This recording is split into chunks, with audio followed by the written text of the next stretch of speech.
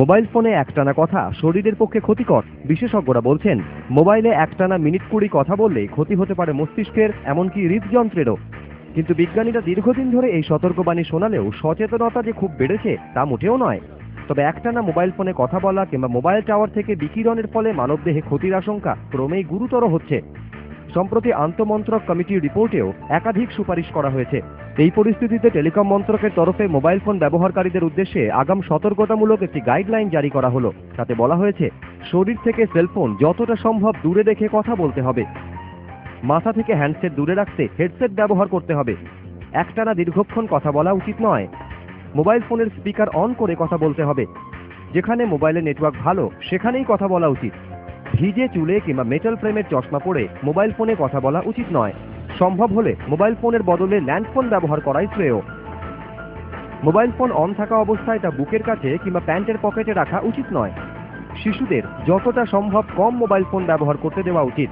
যাদের দেহে বিশেষ কোনো মেডিকেল যন্ত্রাংশ রয়েছে তাদের সেই যন্ত্রের কাছ থেকে মোবাইল ফোন অন্তত 15 সেন্টিমিটার দূরে রাখা উচিত। তড়িৎ চুম্বকীয় তরঙ্গ গ্রহণের মাত্রা SAR কম কিনা দেখে মোবাইল ফোন কেনা উচিত। এর পাশাপাশি মোবাইল ফোন নিয়ে কয়েকটি প্রচলিত ধারণা এবং সেই প্রসঙ্গে ব্যাখ্যাও দিয়েছে টেলিকম মন্ত্রক। বলা হয়েছে, মোবাইল ফোন ব্যবহারের ফলে ব্রেন ক্যান্সার হয়, কিন্তু এই ধারণারও কোনো বৈজ্ঞানিক তথ্য প্রমাণ নেই।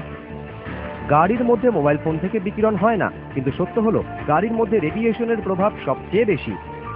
প্রচলিত ধারণা এও বলছে মোবাইল টাওয়ার ক্ষতিকারক, কিন্তু টেলিকম মন্ত্রকের বক্তব্য অ্যান্টেনা ক্ষতিকারক।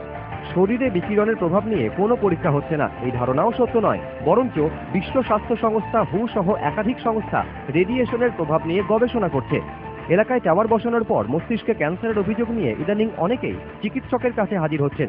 এই পরিস্থিতিতে বিষয়টি নিয়ে সমীক্ষার জন্য টেলিকম, পরিবেশ এবং জৈব প্রযুক্তি মন্ত্রকের কর্তাদের নিয়ে কমিটি গঠন করে কেন্দ্র। সামিল করা হয় বিশেষজ্ঞদেরও। কমিটির রিপোর্ট বলছে, বিভিন্ন গবেষণায় বিকিরণের জেরে শরীরে ডিএনএর পুনর্বিন্যাস এবং ক্রোমোজোমের ক্ষয়ের লক্ষণ দেখা গিয়েছে।